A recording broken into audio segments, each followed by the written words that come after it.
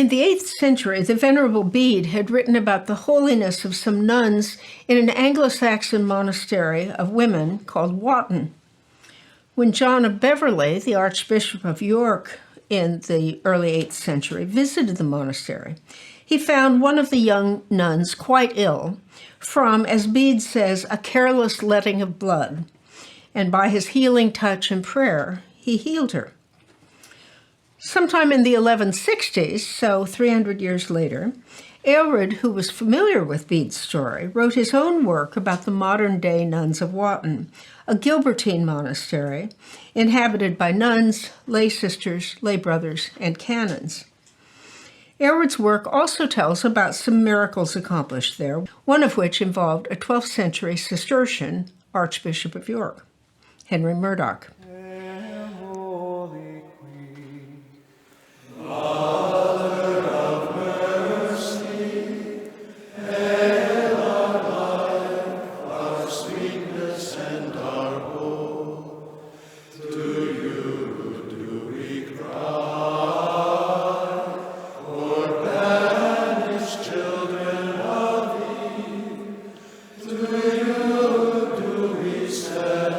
The story is a sad one, revealing the callousness, at least of most of the residents of Watton, and of Murdoch as well. Aelred himself became involved in the story when the nuns and the founder of the Gilbertine order, Gilbert of Sempringham, became panicked by some of the events and asked Aelred to come and advise them. Aelred says early in the work that everything he reports he has learned from the nuns. So the story he tells is essentially their story, although reported in his narrative. The story goes like this. Henry Murdoch leaves the girl, 4 years old, with the nuns. She grows up experiencing very little love, apparently, but a lot of discipline. The nuns are not happy to have a 4-year-old living with them. They had meant to live semi-anchoritic lives, not to run a nursery. And I don't think they're very kind to her. At some point, once she is, let's say, 12 or 13, she meets one of the lay brothers of the house. A young man, Aelred says, handsomer in appearance than any others, and in age more appealing. And apparently he's the only one who has ever showed her any kindness. Over time, he seduces her, finally suggesting that he will throw pebbles at her window, and she can come out to see him. That night, when she does come out to see him, he rapes her. A friend of mine said when I was telling this story, well, rape is a big word. And I said, Aelred is very clear about it. This is what he says. Alas, she goes out. Close your ears, virgins of Christ. Shut your eyes. A virgin of Christ goes out. In a little while, an adulteress will return. She goes out, and soon, like a deluded dove, heartless, she is seized by the talons of a hawk. She is thrown down, her mouth is stopped, lest she cry out, and having been already debauched in mind, she is debauched in body. The wicked gratification once experienced compelled her to repeat it.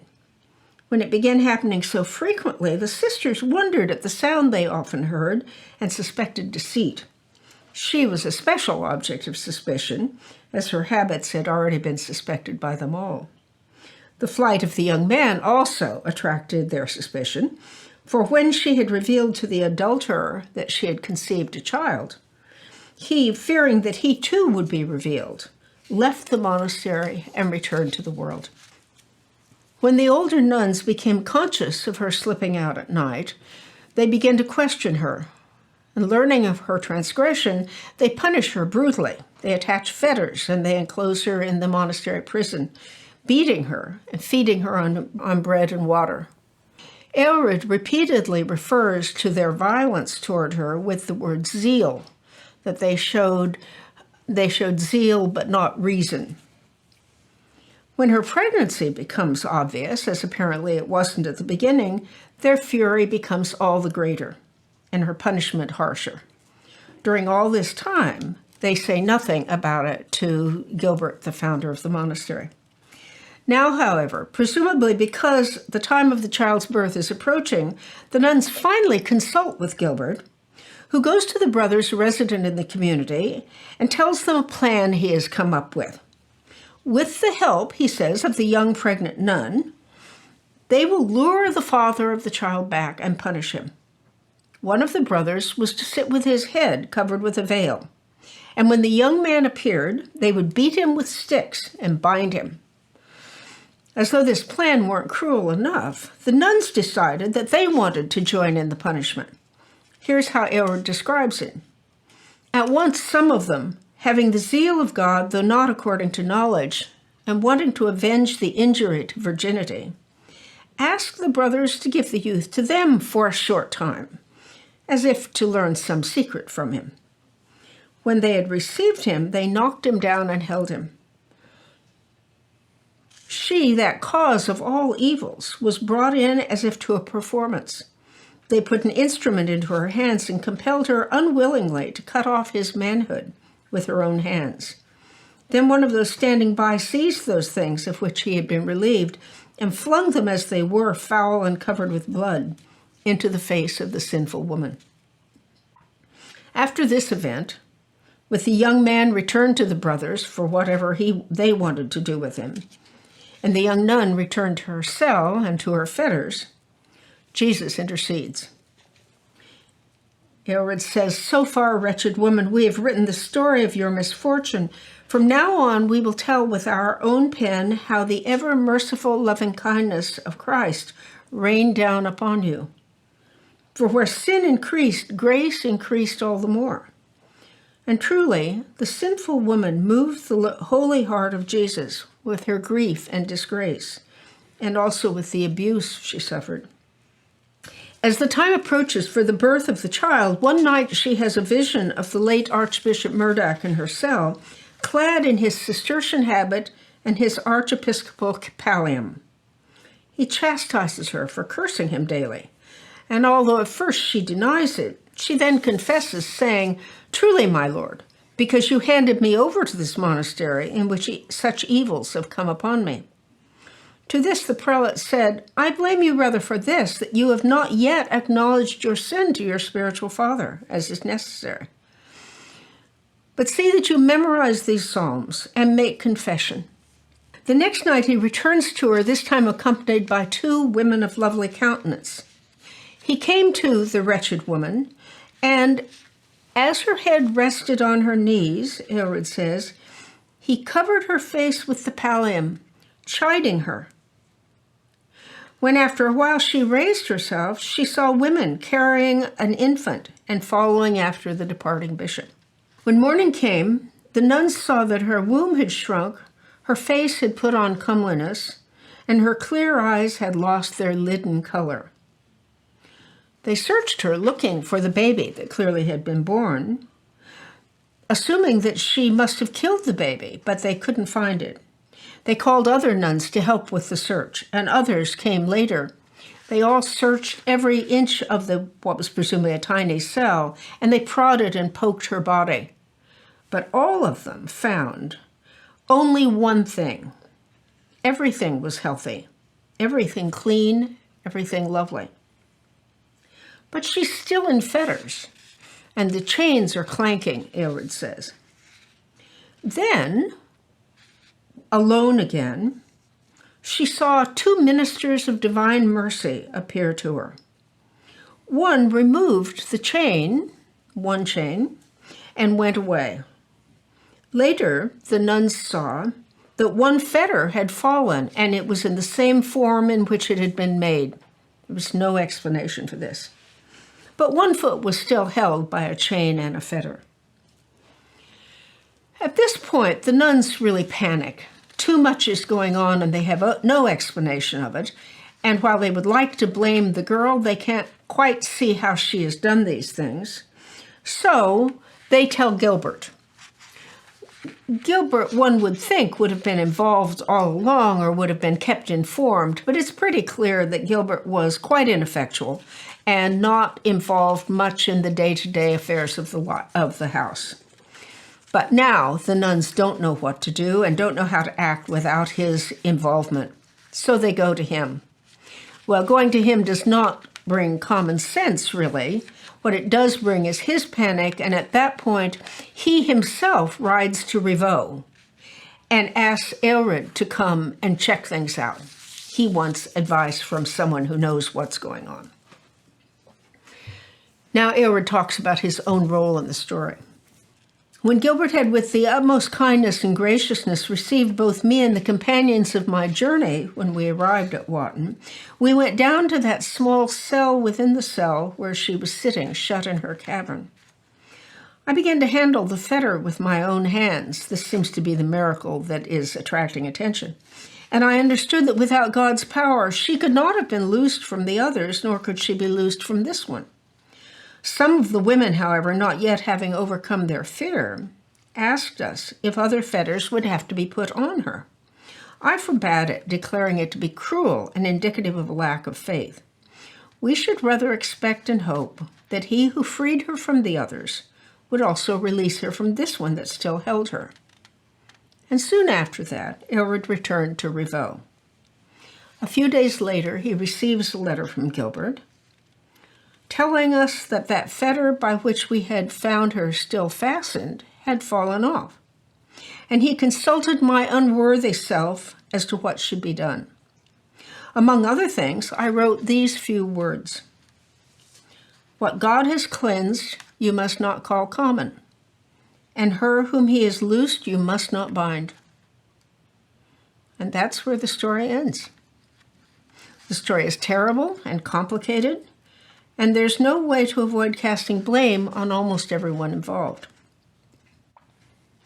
But Aelred's Petrine ending, quoting 2 passages of God to Peter, points to 2 fundamental acts of God on behalf of the young nun. The easy one, the one that everybody has agreed on, is the second one. Clearly, with first one chain and fetter falling off, and then the second chain and fetter falling, the evidence of God's loosing the girl is transparent. And Aelred's own advice twice not to rebind her reinforces that. That's easy. But the question of God's cleansing her, the first thing Aelred mentions here at the end, is puzzling because Aelred is not very clear about it, and as a result it has gone almost unnoticed. When and how did God cleanse her? It seems that the cleansing must have to do with the delivery of the baby, especially because of the noticeable double appearance of Henry Murdoch and his surprising covering of her eyes with the pallium. Though the birth and the disappearance of the baby don't seem to get much attention from anyone. But with the help of a recurring theme in Aelred's sermons and other treatises, it is possible to recognize Murdoch's action in covering the nun's face, specifically her eyes, with his pallium, as the sacramental moment of her cleansing. Despite Aelred's obscurity in identifying the circumstances of the young nun's cleansing, he points to it repeatedly early on, when he describes her as lost in darkness and being impure, and then by calling attention to her new sight after Murdoch's use of the pallium. Describing the secret meetings of the young nun and the lay brother, Aelred writes, "And so, having abandoned the armor of light, they found the darkness of night pleasing." A little later, he exclaims about the nun, "Oh, astonishing blindness of heart." Then, after she has lived out her pregnancy in her dark cell, enclosed because of and within that inner darkness, Aelred says that a leaden color spread about her eyes. When Murdoch appears to her, he twice declares her impurity, saying that her impurity makes her unable to see what he is about to do, and then blindfolding her. Here is the whole passage of what happens there.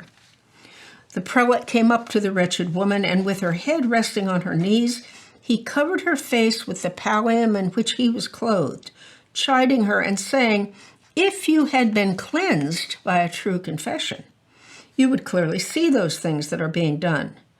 Now indeed you feel the benefit, but the means and nature of the deeds you cannot know.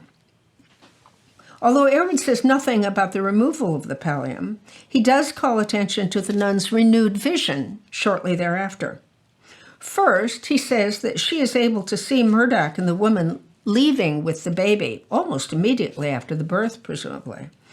And then when the nuns come to the cell, he says, they saw that her clear eyes had lost their leaden color. And finally, when they in vain search first the cell and then the nun herself for the newborn baby, Aelred says, everyone found only one thing: all things healthy, all things clean, all things beautiful. Sana omnia, munda omnia, pulchra omnia.